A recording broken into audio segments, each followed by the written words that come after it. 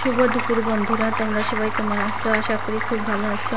তো দুপুরে রান্না শুরু করে দিয়েছি, আর এখানে রান্না করেছি কুমড়ো আলু দিয়ে তরকারি। তো কুমড়ো আলু তরকারিটা অনেকদিন খাওয়া হয় না, আর আমি ছোটোবেলায় তো কুমড়ো দেখলেই আমার মানে এতটা রাগ হতো, কিন্তু এখন কুমড়ো খেতে বেশ ভালোই লাগে।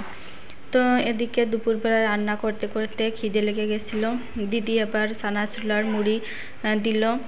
তো চানাচুর আর মুড়ি মানে অল্প কয়টা খেয়েছিলাম, বেশি খাইনি, কারণ দুপুরবেলা আবার জাম মাখা খেয়েছিলাম। তো জাম মাখা খেয়েই অনেকটা পেট ভরে গেছিলো। তো আরও তাল খেয়েছিলাম, বাবা তাল পাঠিয়েছিল। তো তাল খেয়ে জাম মাখা খেয়ে তারপরে মুড়ি মানে খেতে ভালো লাগছিল না, তবু পাঠিয়েছিল দিদি। তো অল্প করে খেয়ে আবার দিয়ে দিলাম। আর এদিকে নিরামিষ রান্না করছি কাঁঠালের বিচি, তারপরে উশি দিয়ে, আর এখানে আলু দিয়েছি, কুমড়ো দিয়েছি। তো অনেক কিছু দিয়ে একসাথে নিরামিষ রান্না করে নিচ্ছি। আর এদিকে কলমি শাক কেটে রেখেছি, কলমি শাক ভাজি করব কালো জিরে ফোড়ন দিয়ে। আর এদিকে কলার মোচা, ছোট্ট একটা কলার মোচা কেটে নিয়েছি, তো কলার মোচাটা রান্না করব। তো এদিকে পরের দিন সকালবেলায় যে সকালবেলা সোনা ও ভাত খেতে চায় না, তো ওকে এই যে পাউরুটি ছিল, পাউরুটি ডিম ফুরিয়ে গেছিলো, আনতেও মানে ভুলে গেছি বলতে। আর আনলেও কি হয়, অনেক করে আনে, নষ্ট হয়ে যায়, এই জন্য আর বলিউনি। তো এদিকে আলু দিয়ে ও পাউরুটিটা ভেজে দিছিলাম, মানে শুকনো খোলায়, মানে সেই জন্য হালকা হালকা পুড়ে গেছে। তো ওটাও খেয়ে নিচ্ছিল, খেয়ে তারপরে ভাত খাইয়ে দিব। তো এদিকে সকালবেলা চাল কুমড়ো ভাজি করে নিচ্ছি কালো জিরে ফোড়ন দিয়ে। তো নিরামিষ ফুরিয়ে গেছিলো, এই জন্য নিরামিষের জন্য চাল কুমড়ো ভাজি করে নিচ্ছি। তো চাল কুমড়ো ভাজি করে তারপরে খাওয়া হবে। আর আমার খাওয়া সকালবেলা হয়ে গেছে, কারণ গতকালকের তরকারি ছিল, সেই তরকারি দিয়ে আমরা খেয়ে নিয়েছি। তো চাল কুমড়োটা অনেক আগে আনা ছিল, নষ্ট হয়ে যাচ্ছিল, ভাবলাম ভেজেই ফেলি, খাওয়া হয়ে যাবে।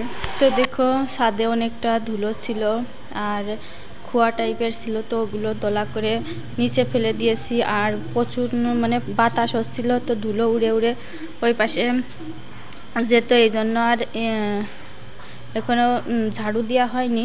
তো ভাবছি যে পাইপ দিয়ে জল ছিটিয়ে দিয়ে তারপরে ঝাড়ু দিব।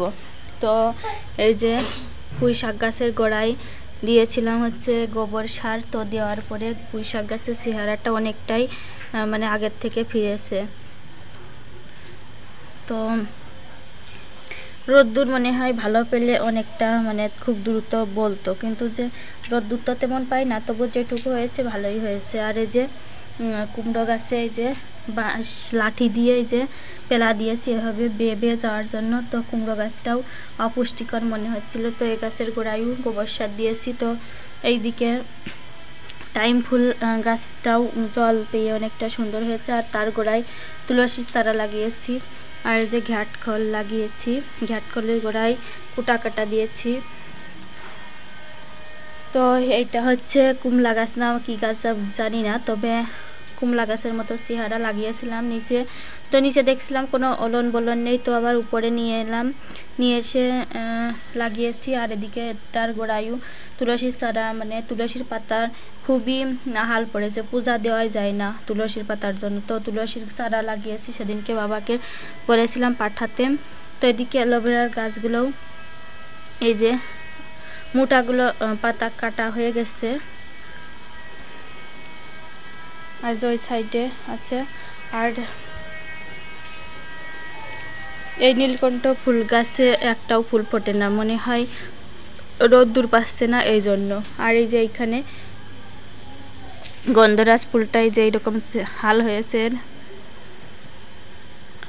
আর এই যে এইখানে কুমড়ো, তারপরে মানে শাকসবজি খোসা ফেলেছিলাম, সেখান থেকে কুমড়োর চারা, তারপরে উস্তের চারা, এগুলো জ্বালিয়েছে। তো একটু বড় হলে দেখি কেটে ফেলি না রাখি, দেখা যায়। তো এই গাছটাও তো তেমন একটা ঢক নেই, তো ওইগুলো রাখতে পারি।